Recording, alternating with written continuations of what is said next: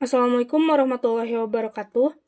Sebelumnya izin memperkenalkan diri, nama saya Diana Hoerunisa dengan NPM 240251230113, Program Studi Bisnis Digital, Fakultas Ekonomi, Universitas Garut. Dalam video ini, saya akan membahas hasil analisis konjoin mengenai preferensi konsumen terhadap kualitas seblak teh Rena.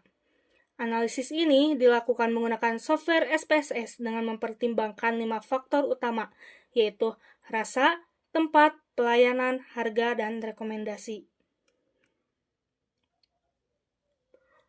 Untuk memahami preferensi konsumen, saya menggunakan metode analisis konjoin yang bertujuan untuk mengetahui atribut mana yang paling berpengaruh dalam kepuasan konsumen saat memilih seblak teh Rena.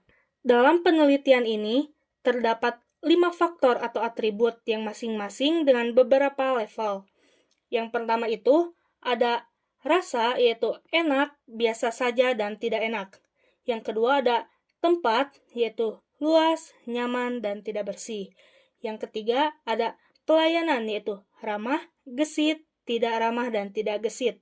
Yang keempat ada rekomendasi, yaitu merekomendasikan dan tidak merekomendasikan. Yang kelima ada harga, yaitu murah, standar, dan mahal. Nah, secara teori, kombinasi dari semua level atribut ini seharusnya menghasilkan 162 kombinasi atau kartu stimulus. Namun, untuk efisiensi, SPSS hanya mengambil 16 kartu stimulus yang dianalisis dengan melibatkan 34 responden menggunakan Google Form. Untuk menjalankan analisis ini di SPSS digunakan sintaks sebagai berikut. Yang pertama itu ada sintaks conjoint plan, yaitu menunjukkan lokasi file yang berisi kombinasi atribut dan level yang digunakan dalam analisis conjoint. Yang kedua ada data, yaitu menunjukkan lokasi file data response dari responden. Yang ketiga ada skor, yaitu untuk menentukan variabel skor. Dalam hal ini dari kartu 1 hingga kartu 16 yang digunakan untuk mengukur preferensi responden. Yang keempat ada subjek, yaitu menentukan unit analisis, yang dimana di sini tuh unit analisisnya responden, yang berarti setiap individu yang memberikan penilaian terhadap stimulus yang diberikan. Yang kelima ada faktor, yaitu menunjukkan faktor-faktor atau atribut yang dianalisis dalam penelitian. Dalam hal ini ada rasa, tempat, pelayanan, rekomendasi, dan harga. Yang keenam ada print all, yaitu perintah untuk menampilkan semua hasil analisis dalam output.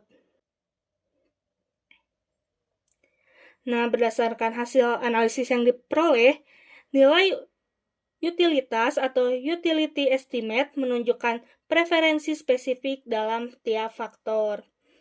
Yang pertama ada konsumen lebih menyukai rasa enak sebesar positif 0,306, sementara rasa tidak enak memiliki pengaruh negatif sebesar 0,506. Nah, yang kedua ada pelayanan. Pelayanan yang ramah memiliki dampak positif sebesar 0,444, sedangkan untuk pelayanan gesit justru kurang disukai sebesar 0,317. Untuk tempat yang luas lebih disukai sebesar 0,228.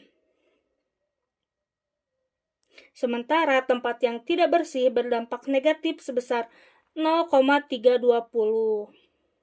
Harga murah lebih disukai sebesar 0,208. Sedangkan harga standar kurang diminati sebesar 0,214 yang berarti negatif. Konsumen juga cenderung lebih memilih produk yang direkomendasikan sebesar 0,186. Selanjutnya, berikut ini ada nilai kepentingan atau importance value dari masing-masing faktor. Yang pertama itu ada rasa sebesar 26,9%. Yang kedua ada tempat sebesar 17,9%. Yang ketiga ada pelayanan, yaitu 25,6%. Yang keempat ada rekomendasi, yaitu 10,9%. Yang kelima ada harga, yaitu 18,5%.